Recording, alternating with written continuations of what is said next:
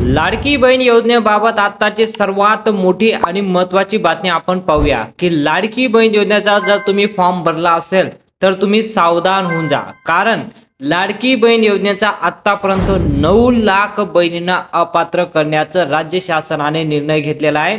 9 लाख बहिणींना आता या योजनेपासून काढण्याचा शासनाने निर्णय घेतलेला आहे। म्हणजे बहिणींना आता काढण्यात लाडकी बहीण योजनेपासून कायमस्वरूपी त्यांना आता काढलेलं आहे। बहिणींमुळे सरकारला आता 945 कोटीचा वाचणार। म्हणजे या ज्या 9 लाख बहिणींना काढण्याचा शासनाने निर्णय घेतला आहे त्यामुळे आता राज्याकडे 945 कोटी वाचलेले आहेत।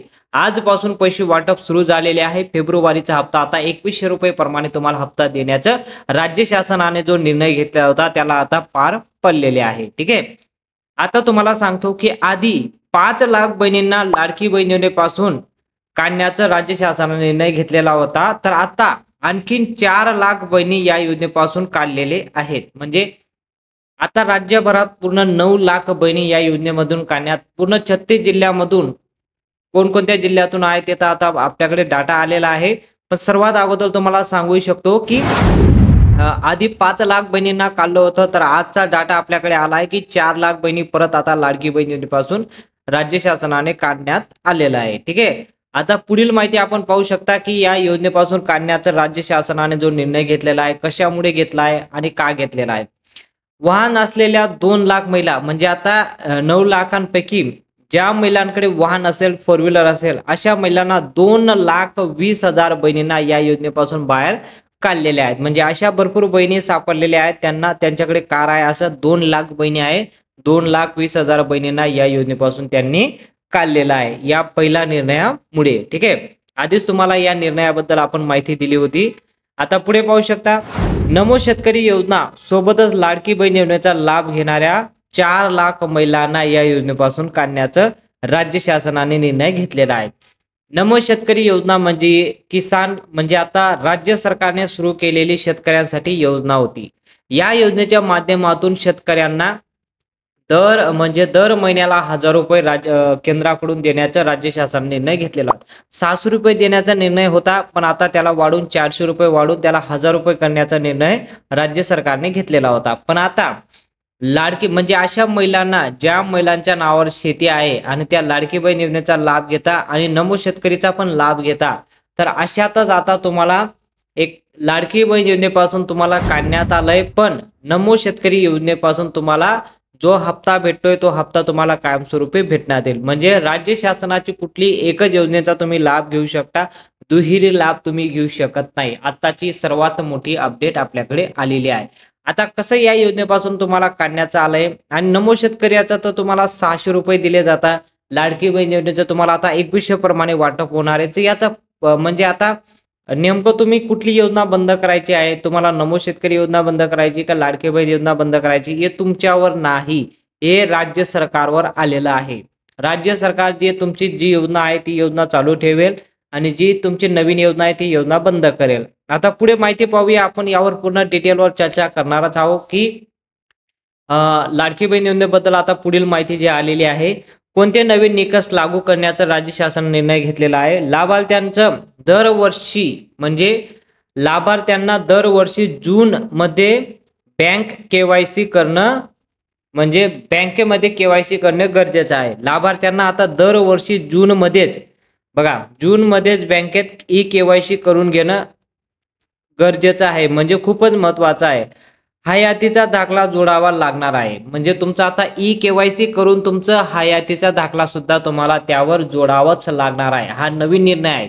या निर्णयामुळे कसं होतंय की दरवर्षी तुम्हाला ई केवायसी जून मध्ये करून घ्यायचं आहे आणि जून मध्येच तुम्हाला हयातीचा दाखला म्हणजे तुम्ही आता त्याला म्हणू शकता आपण हयाती, म्हणजे आता भरपूर अशा वयोगस्थ अपघात होत राहता, भरपूर अशा म्हणजे तुम्हाला सांगायचं म्हटलं की हयातीचा दाखला म्हणजे तुम्ही या जगात प्रेझेंट आहात, तुम्ही आहात जिवंत आहात, तुम्हाला तो दाखला प्रेझेंट करावा लागेल सरकारला। दरवर्षी तुमचं जून मध्ये ई केवायसी सोबत तुमचा हयातीचा दाखला सुद्धा तुम्हाला सरकारला द्यावं लागेल। ठीक आहे, तो कसा आणायचा काय आणायचा ते तर तुम्हाला सांगणारच आहे, पण सर्वात प्रथम तुम्हाला जून मध्ये हे काम करून घेणं महत्वाचं राहील। ठीक आहे, दरवर्षी 1 जून ते 1 जुलै दरम्यान ई-केवायसी करावंच लागणार. ठीक आहे. आता ई-केवायसी ची मुदत तुम्हाला 1 महिन्याची दिलेली आहे. जून ते जुलै पासून, म्हणजे 1 जून ते 1 जुलै पर्यंत तुम्हाला ई-केवायसी ची मुदत तुमच्याकडे आहे. याला काही आपल्याकडे घाबरायचं कारण नाही. ठीक आहे. लाभार्थ्यांचं उत्पन्न तपासण्यासाठी प्राप्तिकर विभागाची मदत घेतली जाणार आहे. प्राप्तिकर विभागाची मदत. आता तुम्हाला तुमचं उत्पन्न 2.5 लाखापेक्षा कमी आहे का नाही ते आता कोण चेक करणार आहे? प्राप्तिकर विभागाची मदत घेऊन ते आता तपासणी सुरू होणार आहे. ठीक आहे. यावर काही काळजी करायची गरज नाही. तुमचं उत्पन्न जर जास्त असेल तर डाटा प्राप्तिकर विभाग, लाडकी बहीण योजनेचा म्हणजे महिला व बाल विकास मंत्री यांच्याकडे हा डाटा पुरवठा केला जाणार आहे. त्याच्या छाननीमध्ये जर तुमचं उत्पन्न 2.5 लाखापेक्षा जास्त आढळून आलं, तात्काळ तुम्हाला योजनेपासून काढलं जाईल. सरकारचा भरपूर पैसा वाचतोय. वेगवेगळ्या कारणानिमित्त सरकार या योजनेपासून लाडक्या बहिणींना बाहेर काढण्याचा प्रयत्न करत आहे. ठीक आहे. कोणते नवीन निकष आहे? अर्ज मंजूर झाल्याचा पुढील महिन्याचा म्हणजे अर्ज मंजूर झाल्याचा पुढील महिन्यापासून लाभ मिळणार आहे. बघा आता हे जे शेवटचं वाक्य जे येतं ना आता, की पुढील महिन्यापासून तुम्हाला लाभ मिळणार आहे. अर्ज मंजूर झाल्याचा पुढील महिन्यापासून तुम्हाला आता लाभ मिळणार आहे. ठीक आहे. हे गोष्ट पण लक्षात घेणं गरजेचं आहे. अर्जातील नाव. ठीक आहे.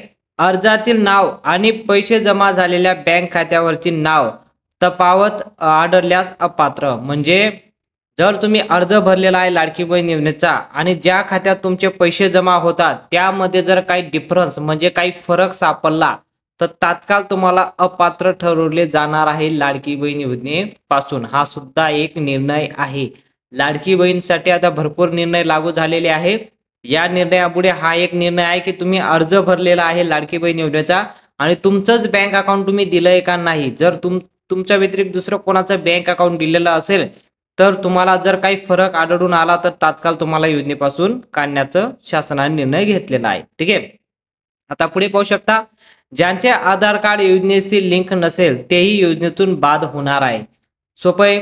आधीच तुम्हाला सांगितलं होतं की केवायसी करणे गरजेचं आहे. तुमचं आधार कार्ड जर आता तुमचं बँक अकाउंटशी लिंक नसेल, ई-केवायसी केली नसेल तर तुम्हाला तात्काळ लाडकी बहीण योजनेपासून काढण्याचं राज्य शासनाने हा मोठा निर्णय घेतलेला आहे. ठीक आहे. ही सुद्धा एक महत्वाची बातमी आहे. आता सर्वात मोठा प्रश्न येतो की नमो शेतकरी योजना किंवा दिव्यांग योजनेचा लाभ घेणाऱ्या लाडकी बहीण योजनेचे 500 रुपये मिळणार आहे. बघा आता यावर तुम्हाला जर समजत नसेल की या नमो शेतकरी, दिव्यांग यावर काय फरक काय झालेला आहे. लाडकी बहीण योजनेचा तुम्हाला 1500 प्रमाणे हप्ता भेटतोय आणि नमो शेतकरी योजनेचा तुम्हाला 600 रुपये दिले जात आहे. ठीक आहे. आता 1000 रुपये करण्याचा राज्य शासनाने निर्णय घेतलेला आहे. 1000 रुपये तुम्हाला दिले जात आहे. पण लाडकी बहीण योजनेचे तुम्हाला 1500 रुपये मिळत आहेत. तर त्यासाठी आता नमो शेतकरीचे 1000 रुपये आणि सरकार आता परत 500 रुपये तुम्हाला देणार आहे. ते 500 रुपये आणि 1000 रुपये असं 1500 रुपयाचा हप्ता तुम्हाला आता नमो शेतकरीच्या माध्यमातून जर तुम्ही महिला असणारे तर तुम्हाला दिला जाणार आहे. त्याच पद्धतीने आता दिव्यांग व्यक्तीवाल्यांना लाडकी बहीण योजनेचा जर तुम्हाला हप्ता भेटत नसेल आणि जर दिव्यांग जर तुमचं कार्ड असेल त्यावर तुमचा दिव्यांग योजनेचा जर तुम्हाला पैसा भेटत असेल, जर ते 1500 पेक्षा कमी भेटत असेल तर त्याला पूर्णपणे 1500 रुपये करून तुम्हाला एकत्र 1500 रुपये तुमच्या खात्यात जमा करण्याचं राज्य शासनाने हा निर्णय घेतलेला आहे.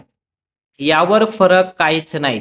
सर्वांना याचा लाभ म्हणजे शासनाने एक सोपा निर्णय घेतलेला आहे की कुठल्याही शासनाची एकच योजनेचा तुम्हाला लाभ घेतला आहे. ती कुठलीही योजना असू द्या, नमो शेतकरी असू द्या, दिव्यांग योजना असू द्या, लाडकी बहीण योजना असू द्या, राजीव गांधी निराधार योजना असू द्या, पेन्शन योजना, कुठलीही योजना असो, कुठलीही एकही योजनेचा तुम्हाला लाभ दिला जाईल. त्याचे तुम्हाला पैसे दर महिन्याला मिळत राहतील असं शासनाचा निर्णय आहे.